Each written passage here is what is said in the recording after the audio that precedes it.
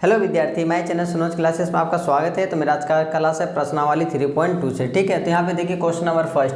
तो प्रत्येक प्रश्न का उत्तर देना है। तो प्रत्येक प्रश्न का उत्तर से पहले आपको कुछ कंसेप्ट बता देते हैं, इस पर ध्यान दीजिए। ठीक है, ये देखिए आपका करतलीय तल का रेखा है। ठीक है, इस करतलीय तल की रेखा को हम, इसका नाम क्या है, यहाँ पे होता है 0 और इधर प्लस होता है 1 2 3 4 5 6, इधर -1 -2 -3 -4 -2। ठीक है, करतलीय तल में जो होता है इस साइड होता है x, इधर होता है x'। ठीक है, इस रेखा को हम भुज भी कहते हैं। ठीक है, भुज या तो फिर आप करतलीय तल भी कह सकते हैं। ठीक है,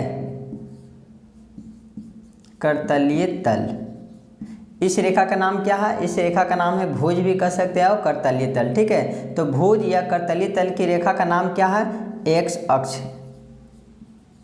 x अक्ष है। ठीक है, अब यहाँ पे देखिए उसके बाद जो ऊर्ध्वाधर, ठीक है, जो सीधा रहता है उसको हम क्या कहते हैं, ऊर्ध्वाधर रेखा कहते हैं या तो फिर कोटि कहते हैं। यहाँ भी देखिए उधर होता है आपका y, ये होता है y डैश, और जिधर डैश होता है उधर माइनस का चिन्ह लगता है, -1 -2 -3 -4 -5, 1 2 3 4 5, 1 2 3 4 5, ये आपका जो संख्या इन्फिनिटी तक जा सकता है। ठीक है, तो यहाँ पे देखिए जहाँ पे ये होता है वहाँ पे 0 होता है। ठीक है, तो यहाँ पे देखिए इस रेखा का नाम क्या है, कोटि भी कहते हैं इसको हम, इस रेखा का नाम है कोटि और ऊर्ध्वाधर रेखा, ये वाला ऊर्ध्वाधर रेखा।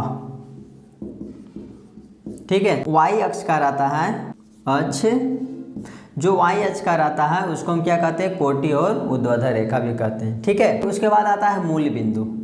ठीक है, मूल बिंदु, जब दो रेखाएं एक अक्ष की रेखा और y अक्ष की रेखा जब प्रतिच्छेद करता है उसको हम क्या कहते हैं, मूल बिंदु। तो यहाँ पे क्या होता है, मूल बिंदु, इसी को कहते हैं हम मूल बिंदु, मूल बिंदु। और मूल बिंदु का निर्देशांक क्या होता है, 0 और 0 होता है। ये हमेशा एग्जाम में दे देता है, ध्यान रखिएगा। मूल बिंदु का निर्देशांक जो होता है 0 और 0 होता है। ठीक है, क्योंकि यहाँ पे 0 y अक्ष के लिए भी 0 यहाँ पे होता है और एक अक्ष के लिए भी क्या होता है यहाँ पे 0, इसलिए मूल बिंदु का निर्देशांक जो होता है 0 और 0 होता है। ठीक है, तो यहाँ पे देखिए अब आपको समझना निर्देशांक कैसे होता है। तो यहाँ पे देखिए ये आपका हो गया एक अक्ष की रेखा, ये का हो गया y अक्ष की रेखा।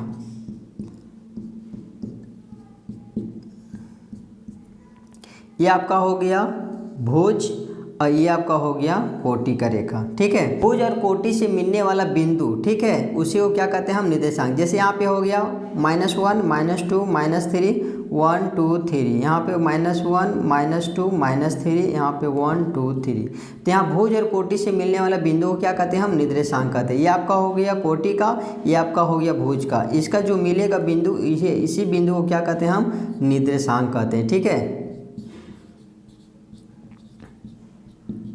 इस बिंदु को हम क्या कहते हैं, निर्देशांक कहते हैं। तो इसका निर्देशांक हमेशा ध्यान रखिएगा, पहले x वाला को रेखा लिया जाता है, उसके बाद फिर y वाला का लिया जाता है। ठीक है, तो एक अक्ष का बिंदु कौन है, एक अक्ष का बिंदु हो गया -2 और y अक्ष का बिंदु क्या हो गया 2, तो यानी इसका निर्देशांक हो गया -2 और 2। ठीक है, एक और समझ लीजिए, यहाँ पे देखिए, अब यहाँ पे देखिए हम एक ग्राफ बना दें, आपको a और b का निर्देशांक निकालना है। ठीक है, तो a का निर्देशांक और b का निर्देशांक। तो a का निर्देशांक के लिए यहाँ पे देखिए जो मैच करा बिंदु 3 पे गया और एक अक्ष का बिंदु -3 पे गया। ठीक है, तो यहाँ पे पहले हम x वाला वैल्यू लेंगे, तो x का वैल्यू क्या है -3 और y का वाला वैल्यू कितना है 3। ठीक है, और यहाँ पे दीजिए पहले हम x वाला रेखा कौन हो जाएगा 3, और उसके बाद y वाला क्या हो जाएगा -2। तो ये b का निर्देशांक आया 3 और -2 और a का निर्देशांक आया -3 और 3 आ रहा। ठीक है, उसके बाद देखिए यहाँ पे हर एक भाग का एक नाम है।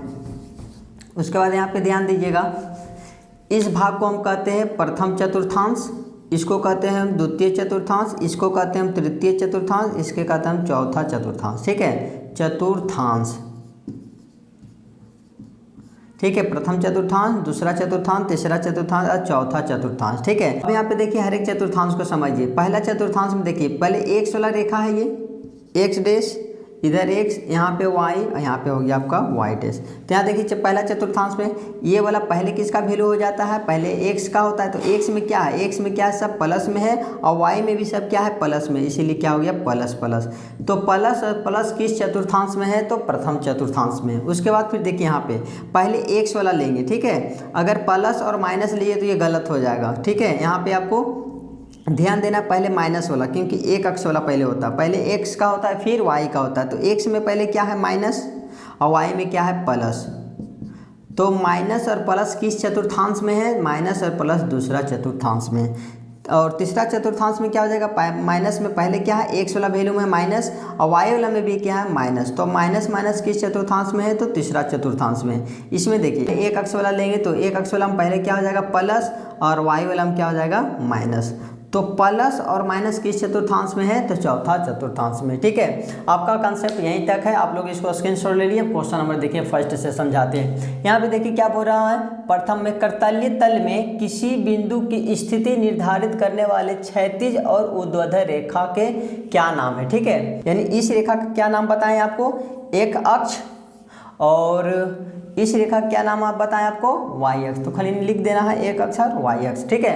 अब क्वेश्चन नंबर सेकंड का देखिए। क्वेश्चन नंबर में सेकंड में क्या है, इन दो रेखाओं से बने तल के प्रत्येक भाग के नाम बताएं। तल है प्रथम तल, दूसरा और तीसरा चौथा, ठीक है। प्रत्येक भाग का नाम बताएं। तो क्या बताए थे, प्रथम चतुर्थांश, इसको दूसरा चतुर्थांश, इसका तीसरा चतुर्थांश, इसका चौथा चतुर्थांश, ठीक है। तो आप यहाँ पे सब में तो चतुर्थांश है ना, तो यहाँ पे लिख सकते हैं आप चतुर्थांश, या तो फिर आप कर सकते हैं प्रथम, द्वितीय, तीसरे और चौथा चतुर्थांश, ठीक है, चतुर्थांश, ठीक है। ये आपका आंसर हो गया। उसके बाद बोलता है उस बिंदु का नाम बताइए जहां ये दो रेखाएं प्रतिच्छेद करती है। यहाँ पे बताएं अभी कंसेप्ट में, जहां दो रेखाएं प्रतिच्छेद करती है उस बिंदु का क्या नाम है, मूल बिंदु। तो यहाँ लिख दिया आपको मूल बिंदु, आंसर आपका हो गया, ठीक है। अब क्वेश्चन नंबर देखिए 2 का फर्स्ट। उसके बाद देखिए यहाँ पे क्वेश्चन नंबर 2 में क्या है, आकृति 3.40 को देखकर निम्नलिखित का मान ज्ञात करना। ये आपको आकृति दे दिया है 3.14 है, ठीक है। तो यहाँ पे बोल रहा है v का निर्देशांक। तो सबसे पहले यहाँ पे खोजिए आपका क्या है, ये b है, ठीक है। तो b का निर्देशांक जो आपका होगा यहाँ पे लिखना पड़ेगा b का निर्देशांक, ठीक है। तो हम यहाँ पे दर्शा देते हैं। तो b का निर्देशांक आपको पहले क्या बोले, यहाँ पे y पे जा रहा, निर्देशांक जो जा रहा कहाँ पे जा रहा, y पे जा रहा और x पे जा रहा। तो पहले आपको मान लेना x का। तो ये वाला पहले देखिए x नीचे गया, तो पहले लिए माइनस में 5 और फिर कहाँ लेंगे 2 में। तो ये आपका b का निर्देशांक हो गया।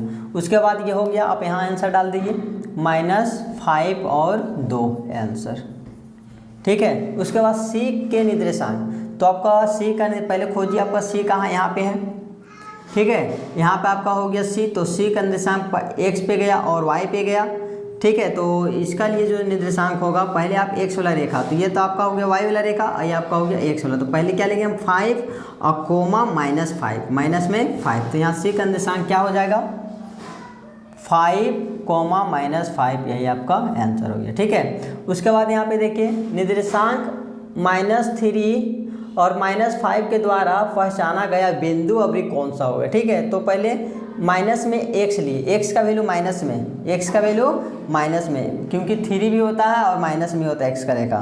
तो माइनस में 3 और y का वैल्यू माइनस में 5, y का वैल्यू। यहाँ पे देखिए इसके नीचे आइए और इसके इधर आइए समांतर। तो यहाँ आ गया क्या, e। तो इसका पहचाना गया बिंदु क्या हो गया आपका, ये आंसर हो गया, ठीक है। 2 - 4 द्वारा पहचाना गया बिंदु। तो यहाँ पे क्या है, 2 और -4, x का वैल्यू 2 में, x का वैल्यू 2 में और -4 में, ये पहचाना के बिंदु क्या है, g है। तो यहाँ पर आंसर रख दिए g आंसर हो गया। यहाँ पे ये आंसर हो गया था। उसके बाद देखिए d का भुज क्या होगा। तो भुज क्या होगा, केवल x वाला रेखा में लेना, अगर कोटि बोलेगा तो y वाला रेखा को सिर्फ लेना है। तो यहाँ देखिए d है, यहाँ आपका d है, तो d केवल भुज आपको लेने के लिए बोल रहा है, निर्देशांक नहीं, ठीक है। अगर निर्देशांक होता तो x और y दोनों का लेते, भुज और कोटि का दोनों का लेते, लेकिन यहाँ पे बोल रहा है d का केवल आप भुज लीजिए, ठीक है।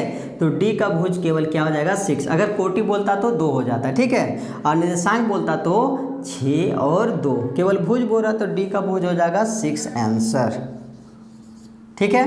यहाँ पे देखिए बिंदु H की कोटि बोल रहा है, बिंदु H कहाँ है, यहाँ देखिए H, ठीक है। यहाँ एच की कोटि, ये आपका भुज हो गया, ये आपका कोटि हो गया। निर्देशांक क्या हो जाएगा -5 और 3, तो आपको केवल कोटि बोल रहा तो माइनस में 3 ले लिए, तो माइनस में 3 आंसर। ठीक है, उसके बाद बिंदु एल के निर्देशांक, अब यहाँ देखिए एल है, यहीं पे दे दिया, इसका काल्पनिक रेखा नहीं दर्शाया क्योंकि यहाँ पे 0, यहीं पे लाइन पे 0 लिया गया है। ठीक है, तो यहाँ पे एल का निर्देशांक जो होगा, पहले देखिए एल जो है कहाँ पे, और ये जो 5 है जो कहाँ पे है, वाई वाला रेखा पे है। ठीक है, तो आपको पहले लेना है एक्स वाला रेखा पे, तो एक्स वाला रेखा पे यहीं पे है। ठीक है, तो यहाँ पे क्या हो गया 0 और यहाँ पे क्या हो गया 5, तो एल का निर्देशांक हो गया 0 और 5, तो यहाँ लिखिए 0,5 आंसर। उसके बाद बिंदु एम के निर्देशांक, अब देखिए यहाँ पे एम है, ये अब एक्स पे दे दिया और वाई पे नहीं दिया, तो पहले एक्स वाला पे क्या ले लीजिए -3 और वाई वाला पे नहीं दिया तो क्या लीजिए 0 आपका आंसर। ठीक है, उम्मीद है कि आपको सारा क्वेश्चन समझ में आ गया। अगर मेरा वीडियो अच्छा लगा तो मेरे चैनल को एक दूसरे को शेयर जरूर करें। Thank you.